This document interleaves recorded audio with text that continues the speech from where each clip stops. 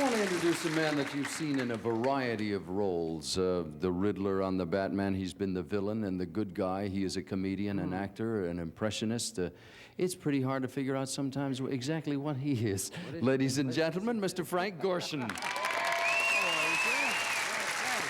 You are a chameleon of sorts. I just want to say it's taken me 19 years to get on American Bandstand. You have a record? 19 years. You like the beat? It's easy to dance to. I got to get into that, though. That's the only thing I haven't done. I've done television, I've done Broadway, I've done pictures. I've never had a hit record. Is there anything you haven't done that you'd like to do aside from that? I'm going to change my name to Elton Gorshin. Do you do contemporary people, by the way?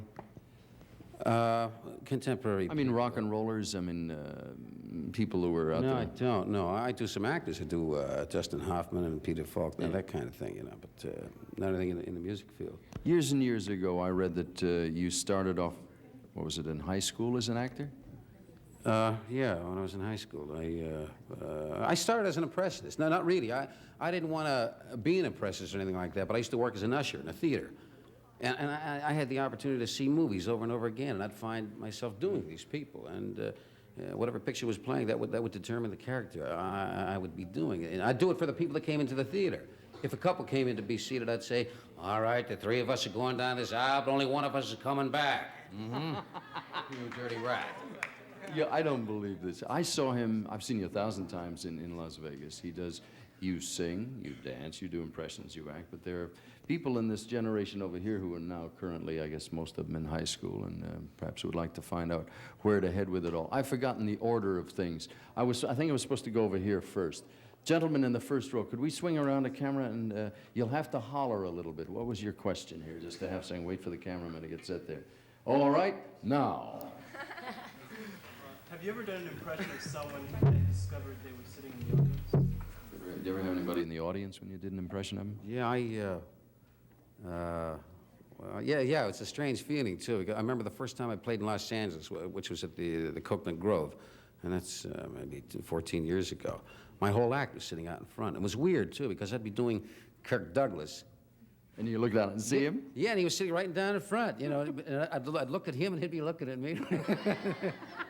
Lancaster, the first time I met Burt Lancaster, speaking of, you know, being with the people that I do impressions of, I met Lancaster at the Fairmont Hotel in San Francisco. I had never met him before, but I had heard that he had seen me do the impression of him. I was sitting in the cocktail lounge in the afternoon, and he came through the door, and he was doing him right.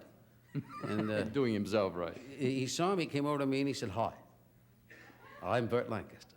I want to tell you, I'm a big fan of yours. I always enjoy it. My family enjoyed your show last night. I'm going to try to see you if I can. But I'm here on business. I don't know if I can." I looked at him and I said, "What are you doing, making fun of me?" Love it. All right, over in here. Who's got it? Frank, has anyone ever been annoyed with your impression of them? Anybody ever get bugged with you doing them?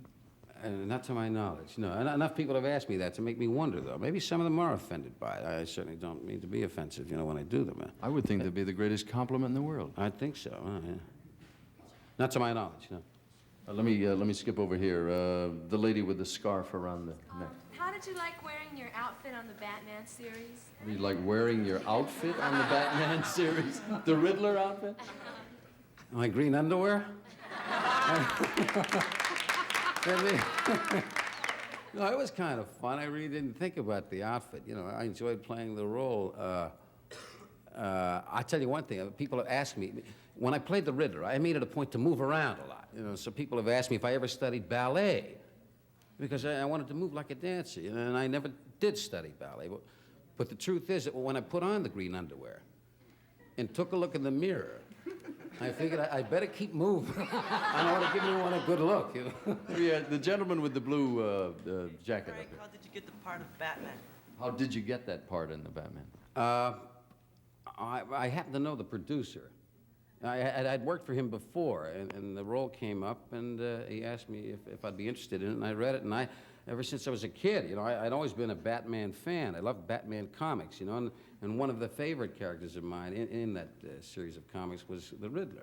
And I never thought that someday I might do that. You know, Speaking of movement and so on, can you do an impression of somebody without saying anything, a look or a stance or a thing? Yeah. Who could you? I want to use this as the punctuation mark on the end here, just to show that This is you. the end? Well, that's it. The man's over there doing one of these numbers on me. So I'm trying to think, if we get you frozen in a statuesque position and a big round of applause and into the commercial, it'll be Boffo. I can move. I can walk like John Wayne. Will you walk off the stage to applause as John Wayne? Wait a minute. Hold on. Stage? You got to leave on that. Oh, I got to leave on that. You ready to You leave? walk away to camera or away from camera? Where do you want him to walk off? That way. Well, that's wrong. It's no good that way. As John Wayne, Mr. Frank Gorshin, ladies and gentlemen.